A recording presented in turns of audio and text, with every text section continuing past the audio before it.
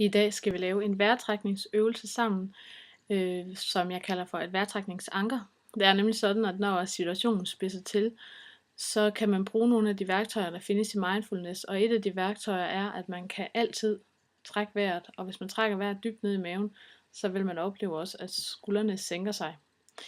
Det går ud på, at man tager sin hånd og lægger den på sin mave, så man kan mærke, at maven går ud af når man trækker vejret. Så trækker man vejret dybt ind, mens man tæller til 4, og så holder man vejret, mens man tæller til 4, puster ud, mens man tæller til 4, og holder vejret, mens man tæller til 4, så man ligesom oplever en rytme i sin vejrtrækning.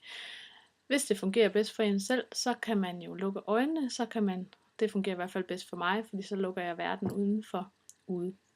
Jeg vil vise, hvordan man skal gøre. Jeg vil ellers anbefale, at man gør det i hvert fald 10 gange for at falde helt ned, hvis man er kommet op i det røde felt.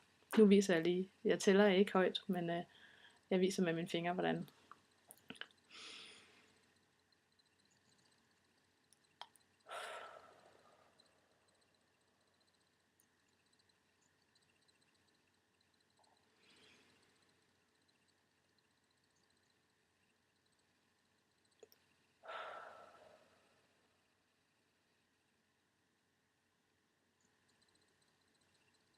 Allerede efter anden gang vil I sandsynligvis kunne mærke, at jeres skuldre de ligesom sænker sig, og at man finder en eller anden form for ro. Så det var mit lille fif til i dag.